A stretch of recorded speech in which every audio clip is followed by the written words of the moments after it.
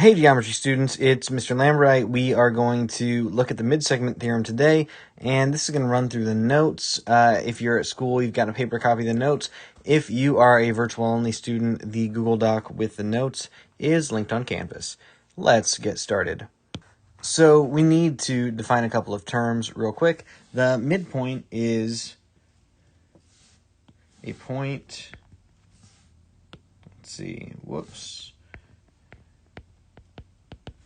on a segment that divides the segment in half. And a segment bisector is a line or segment that divides another segment in half. And yeah, so the midpoint, I'm going to do that one in orange. So if I've got a segment, that's the midpoint because it divides it in half. Usually the midpoint gets labeled M, but it could be labeled any letter, or if we could be told any other letter is the midpoint. The segment bisector, on the other hand, is, we've got A to B, and then some other line or segment comes through, intersects it, and we get told that it cuts the original segment exactly in half. And those are congruence marks telling me that they are congruent. I guess I did that one in orange too, but you get the point. So let's start this off with one that doesn't have any algebra in it. We have segment VW, and we get told that it bisects segment XY. So I'm going to call this XY. This is the one that gets bisected. So these two parts are equal because they're bisected, they're cut in half at point T. And then we get told that from X to T is 39.9 centimeters. Oh, we've got units. We better not forget those. And so we know we're trying to find the whole length. So we're trying to find everything from X to Y. To do that, we know these two are equal. That's 39.9 centimeters. And we'll do 39.9 plus 39.9. And I believe, let me just type that in my calculator. We've got 79.8. The final answer is 79.8 centimeters. So again, it said bisected, so I could put in the congruence marks. And then because I knew this was 39.9, the other half, because it's congruent, was also 39.9. To get all of XY, I added them together and got 79.8 centimeters. Now we're getting told that point M is the midpoint of segment VW. So I need segment VW.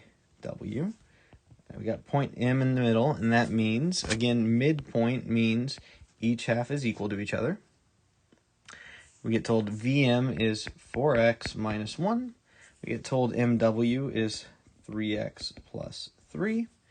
And these equal each other. So there's nothing to add them up to. They are equal. They want to find the length of VM, but I can't do that until I find X. So that is what I'm going to do. 4x minus 1 equals 3x plus 3 minus 3x on both sides. X minus 1 equals 3. Add 1, x equals 4.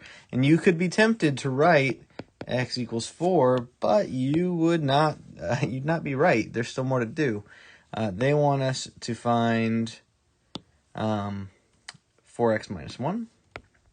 So I need to do 4x minus 1, where x is now where the 4 is. 4 times 4 minus 1, just 16 minus 1, and then 15. We are not given units this time, so Vm is 15. We had to set them equal to each other because they're equal to each other, solve for x, and then plug it back in. Okay, this time we are going to be told we've got segment P to Q, and you notice I'm not drawing them all horizontally because I don't have to. And we're getting told that there's a line that goes through at point M, and so I gotta draw my line. It's got arrows on the end. And it says, that should say 5x. Sorry about that. I'm going to have to fix that on your notes. But for now, that means I'm allowed to put the hash marks. So 5x minus 7 equals 11 minus 2x. So step 1, get your x's together.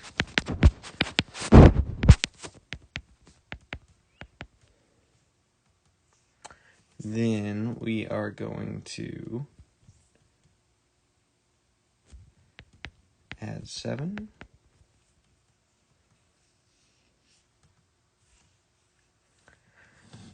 And that means 7x equals 18.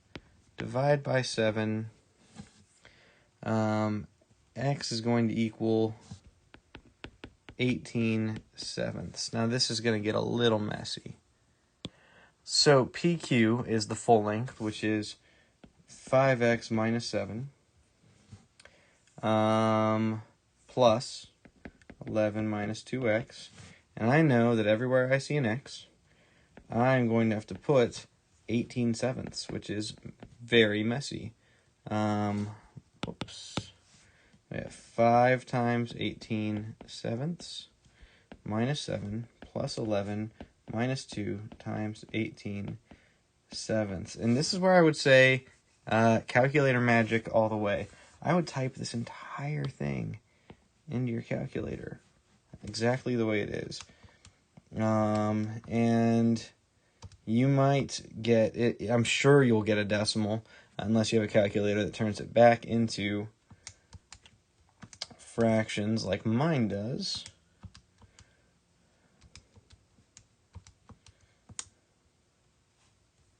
So when I did that, I got 11 and 5 sevenths, which in your calculator might have been, if you use your parentheses right, as long as you use your parentheses right, 11.7.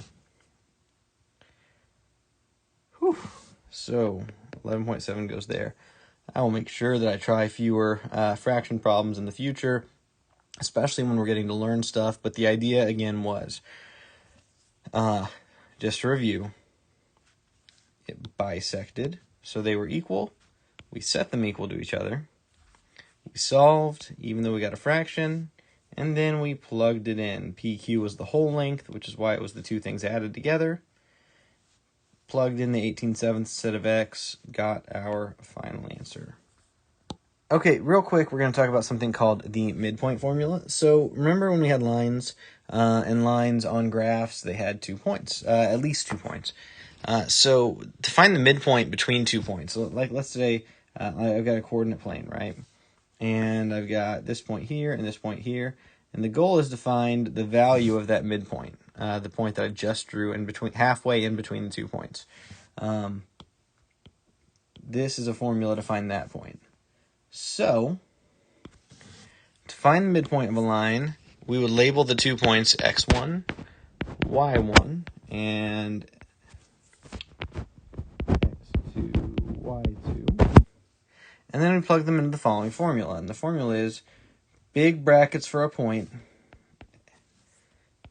x1 plus x2 divided by 2.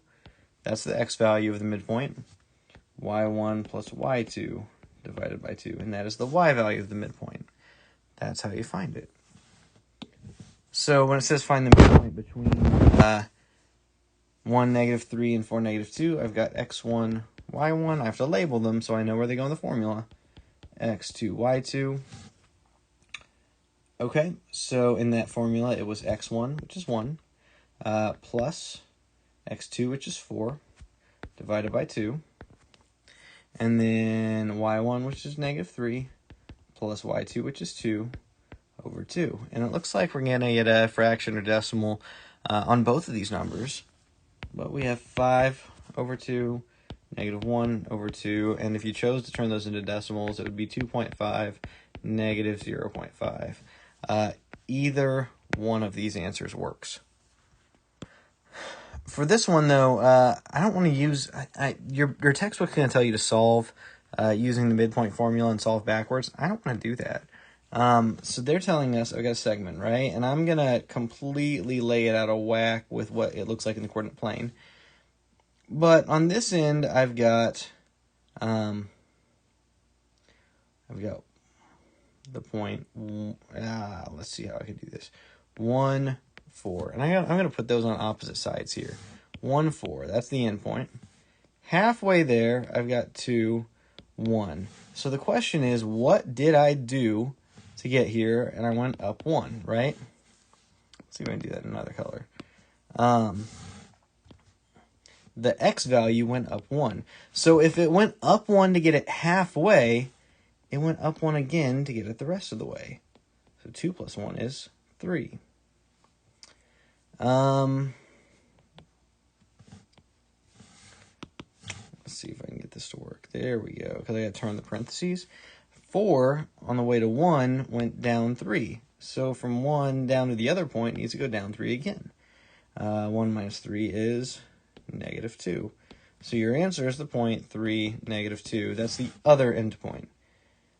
This can be a little confusing. Again, they gave us an end point. Let me, I'm going to do this one again. And I apologize. If you understood that, you are done with the video. But I'm going to redo this because I didn't like the way I did that. So, yes, Mr. Lambert, you can edit videos, but where's the time? So the end point was 1, 4. The midpoint was 2, 1. From 1 to 2, I went up 1. So from 2 to the other end, I must also go up 1. From 4 to negative 1, I went down 3. To get from 1 to the other end point, I must go down 3 again. 1 minus 3 is negative 2.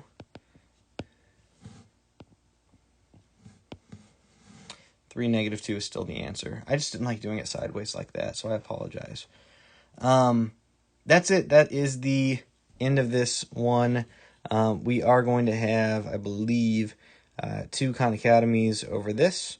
And one's going to be about midpoints and endpoints, and one's going to be about the midsegment theorem, where the 2 parts are equal to each other based on the midpoint and the segment bisector. So I will see you guys tomorrow in class. And no, actually, if you're watching the video, I will not see you. You're a virtual only student. Sorry, it is almost 8 p.m. and I am going to sign off. Thanks, and have a great day.